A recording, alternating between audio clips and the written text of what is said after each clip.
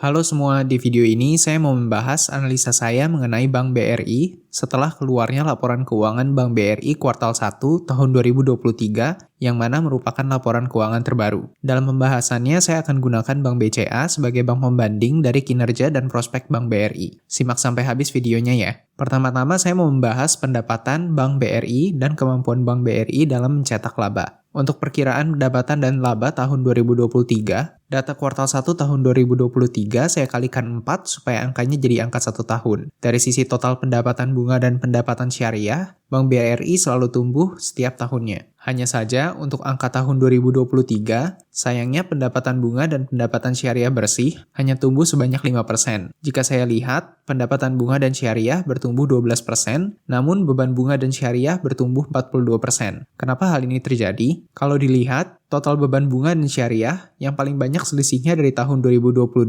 ke tahun 2023 adalah pada kategori deposito berjangka, giro, dan pinjaman yang diterima. Kalau dilihat dari laporan neraca, sebenarnya dari jumlah masing-masing akun tersebut tidak banyak berbeda dari akhir tahun 2022 ke tahun 2023. Hanya saja suku bunganya memang meningkat cukup jauh. Untuk giro, begini peningkatannya. Untuk deposito berjangka, begini peningkatannya. Untuk pinjaman, detailnya panjang sekali. Tapi sepertinya hal yang sama juga berlaku. Kemudian saya cek juga Bank BCA, apakah hal yang sama juga terjadi. Ternyata di Bank BCA terjadi hal yang sama. Beban bunga pada kuartal 1 tahun 2023 lebih cepat bertumbuh dibanding pendapatan bunga pada kuartal 1 2023. Jika dilihat suku bunga efektif pada pinjaman nasabah juga memang meningkat pada kuartal 1 2023 dari akhir tahun 2022.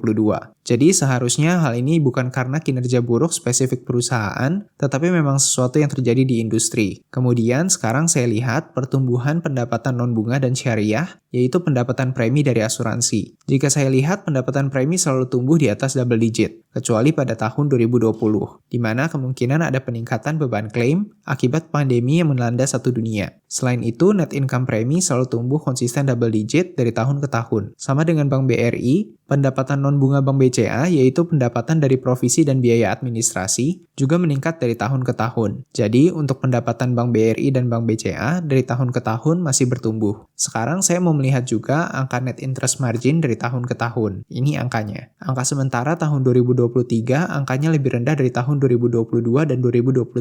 Artinya apa? Artinya, Bank BRI meminjamkan dana yang dimilikinya dengan harga yang lebih murah di tahun 2023 saat dibandingkan dengan biaya yang Bank BRI bayarkan untuk mendapatkan dana tersebut. Dalam kasus ini, bisa saja cost of fund naik lebih banyak dibanding naiknya interest rate yang diberikan Bank BRI untuk peminjam dananya. Idealnya, net interest margin lebih besar akan lebih baik, karena jumlah aset produktif yang sama, bank bisa mendapatkan keuntungan yang lebih tinggi. Kalau kita bandingkan NIM Bank BRI dan Bank BCA, begini perbandingannya. Bank BRI memang bisa mendapatkan margin lebih tinggi, tapi tentunya ini karena proporsi kredit Bank BRI lebih banyak pada segmen retail dan mikro yang memang memberikan bunga lebih tinggi, namun kemungkinan lebih beresiko. Sedangkan Bank BCA kemungkinan tidak bisa memberikan bunga setinggi itu karena proporsi kredit pada segmen retail dan mikro tidak sebesar Bank BRI. Sekarang kita lihat angka return on equity dari tahun ke tahun. Ini perbandingan return on equity Bank BRI dan return on equity Bank BCA dari tahun ke tahun. Angka ini mengukur seberapa efisien kedua perusahaan ini dapat menghasilkan keuntungan dari modal inti yang mereka miliki. 5 tahun belakangan sebelum pandemi, Bank BRI memiliki ROE lebih tinggi. Saat pandemi, ROE Bank BRI turun jauh. Kemungkinan karena jumlah kredit mikro dan retail yang cenderung lebih beresiko apalagi saat situasi ekonomi memburuk. Kemudian dari data satu kuartal di tahun 2023, ROE Bank BRI kembali lebih tinggi dari Bank BCA. Setelah ROE, saya mau melihat efisiensi Bank BRI. Rasio yang kita lihat kita sebut BOPO, yang artinya beban operasional dibanding pendapatan operasional. Angka ini mengukur kemampuan bank menghasilkan pendapatan dari beban operasional yang dikeluarkan, seperti gaji karyawan, biaya sewa kantor cabang, biaya server, dan lain-lain.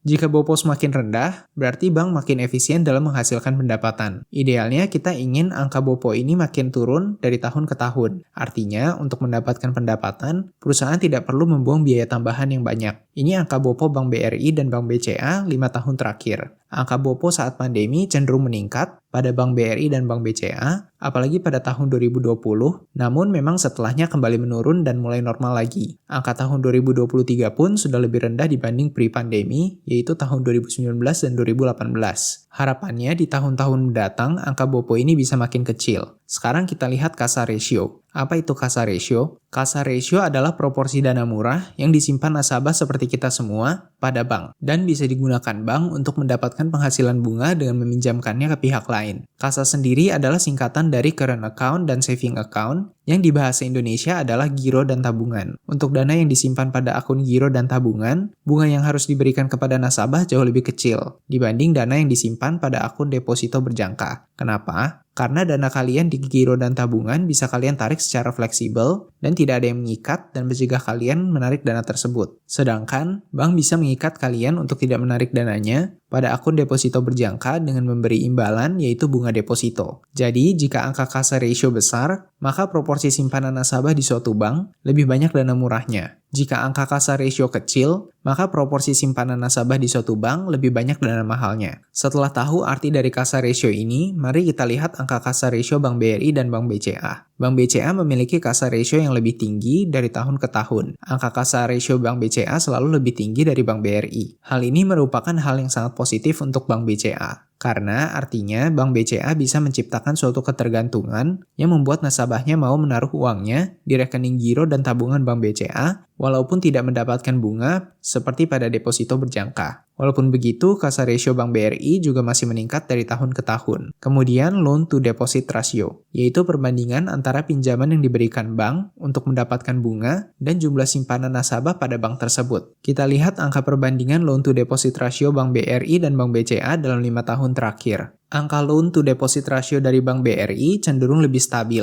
Sedangkan untuk Bank BCA, angka loan to deposit ratio-nya masih jauh lebih rendah jika dibandingkan sebelum pandemi. Apakah artinya loan to deposit ratio tinggi maka lebih bagus? Dalam sisi untuk menciptakan laba, loan to deposit ratio yang lebih tinggi tentu lebih baik. Karena artinya bank bisa memaksimalkan dana-dana simpanan nasabah untuk mencari pendapatan bunga. Namun tentu ada risiko juga jika loan to deposit ratio terlalu tinggi. Karena jika loan to deposit ratio tinggi, artinya bank lebih punya resiko likuiditas. Contoh, misalnya nasabah-nasabah suatu bank menarik simpanannya secara sekaligus dari bank tersebut. Maka bank dengan loan to deposit ratio yang tinggi lebih punya resiko tidak memiliki dana yang mencukupi untuk memenuhi permintaan penarikan dana tersebut. Dari sisi ini, Bank BCA resikonya jauh lebih rendah dibanding Bank BRI. Namun, bisa juga dibilang tidak memaksimalkan simpanan yang ada untuk dijadikan laba. Tapi karena loan to deposit ratio Bank BCA masih rendah, Bank BCA juga punya ruangan di masa depan untuk memberikan pinjaman dan memperoleh laba yang lebih besar. Jadi memang loan to deposit ratio ini harus dianalisa lebih mendalam karena tidak tentu angka lebih tinggi lebih baik atau angka lebih rendah lebih baik. Terakhir, saya mau melihat perkembangan angka dana pihak ketiga seperti giro, tabungan, dan deposito berjangka. Kenapa ini penting? Karena dengan lebih banyak dana pihak ketiga yang masuk ke dalam suatu bank, berarti lebih banyak juga dana yang bisa dipinjamkan untuk mendapatkan laba bunga. Dari tahun ke tahun, dana pihak ketiga Bank BRI dan Bank BCA selalu berkembang, kecuali pada tahun 2023 ini. Angkanya masih angka kuartal 1, jadi belum terlihat apple to apple. Namun, yang menurut saya menarik, pertumbuhan akun giro dan tabungan Bank BCA selalu single digit tinggi atau bahkan double digit, yang selalu memperkuat CASA ratio yang sudah kita bahas sebelumnya. Dari analisa ini, saya lihat Bank BRI memiliki kinerja bagus dalam mencetak laba. Walaupun pada tahun 2023 ini, pertumbuhan pendapatan bunga dan syariah bersihnya tidak double digit karena adanya kenaikan beban bunga dan syariah,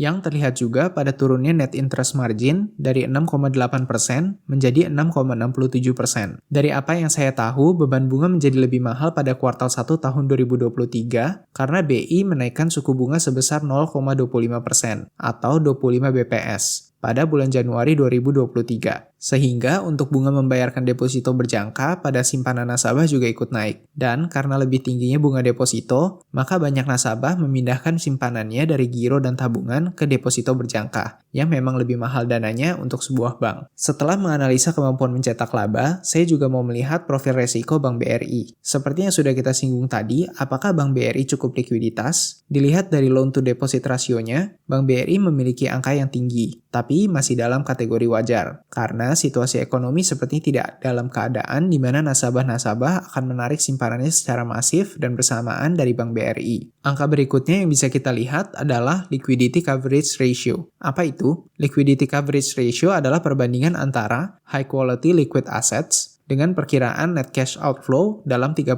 hari pada situasi stres. Pertama, apa itu high quality liquid asset? Yaitu aset yang bisa dikonversi menjadi kas tanpa banyak mengurangi value-nya. Yang masuk dalam kategori ini contohnya adalah kas itu sendiri, obligasi negara, surat berharga negara, obligasi korporasi, dan contoh-contoh lain. Angka tersebut dibandingkan dengan perkiraan jumlah kas yang akan keluar dari bank pada situasi buruk. Seperti contohnya, bila tiba-tiba nasabah-nasabah menarik uangnya dari suatu bank secara masif karena situasi ekonomi tertentu. Jika kita lihat, liquidity coverage ratio Bank BRI masih di atas 200%, yang masih bisa disebut aman. Sedangkan, Bank BCA memiliki angka liquidity coverage ratio yang jauh lebih tinggi dibanding Bank BRI, apalagi setelah pandemi di tahun 2020. Dari loan to deposit ratio dan angka liquidity coverage ratio, kita bisa menyebut bahwa Bank BCA memiliki resiko likuiditas lebih rendah dibanding Bank BRI. Namun, Bank BRI sendiri tidak bisa disebut pada situasi buruk karena rasio-rasio Bank BRI pun masih dalam rasio yang ideal. Sekarang saya mau melihat juga resiko-resiko pinjaman yang diberikan Bank BRI untuk menilai kualitas pinjaman-pinjaman yang diberikan Bank BRI. Karena kita tidak mau suatu bank hanya memberikan kredit sebanyak-banyaknya, cuma melihat dari bunga yang didapat. Kita juga harus memperhatikan secara keseluruhan kemungkinan kredit tersebut akhirnya macet dan menyebabkan kerugian pada suatu bank. Pertama, kita lihat dari angka NPL gross, yang mengukur jumlah kredit kurang lancar, diragukan, dan macet, dibandingkan seluruh nilai kredit suatu bank. Jadi makin besar angka ini, artinya makin banyak kredit yang diberikan Bank BRI yang terlambat bayar atau macet. NPL gross Bank BRI memang cenderung meningkat dari angka sebelum pandemi. Namun jika dilihat, NPL gross Bank BCA juga meningkat dari sebelum pandemi. Hanya saja peningkatan NPL gross Bank BRI lebih banyak dari Bank BCA. Kalau kita lihat cadangan kerugian penurunan nilai, atau disebut juga CKPN, Bank BRI juga mengalami peningkatan lebih cepat dibanding Bank BCA. Untuk cadangan kerugian penurunan nilai, sebenarnya sudah tercerminkan di laporan laba rugi suatu bank. Saat bank menambahkan CKPN, maka penambahan tersebut akan menjadi beban pada laporan laba rugi. Namun, untuk menambah dan mengurangi CKPN tidak bisa sembarangan. Hal ini harus dilakukan sesuai dengan aturan yang berlaku. Terakhir, leverage ratio atau rasio pengungkit. Rasio ini mengukur modal inti perusahaan yang didapatkan dari setoran modal perusahaan, laba-laba perusahaan yang ditahan, dan lain-lain, dibagikan dengan aset yang memiliki exposure. Memang agak kompleks definisi dan rumus perhitungan dari rasio ini. Tapi intinya rasio ini mengukur kemampuan perusahaan untuk bertahan dalam kondisi ekonomi buruk. Perusahaan yang leverage ratio-nya tinggi menandakan bahwa perusahaan tersebut banyak menggunakan hutang dalam melakukan kegiatan perusahaannya. Pada konteks bank, berarti bank tersebut mengandalkan simpanan-simpanan nasabah dan instrumen-instrumen lain yang sifatnya liabilitas. Di sini kita lihat angka leverage ratio Bank BRI dan Bank BCA cenderung cukup dekat. BRI angkanya cukup meningkat dari tahun ke tahun, sedangkan Bank BCA angkanya cenderung menurun dari tahun ke tahun. Jadi, Bank BCA lebih mengandalkan hutang dalam bentuk dana nasabah dibanding Bank BRI, walaupun tidak berbeda banyak. Dari sini dan analisa sebelumnya, walaupun Bank BRI bisa disebut masih dalam rasio yang aman dan ideal, tetapi kita lihat Bank BCA menekan jauh resikonya dari saat pandemi sampai sekarang.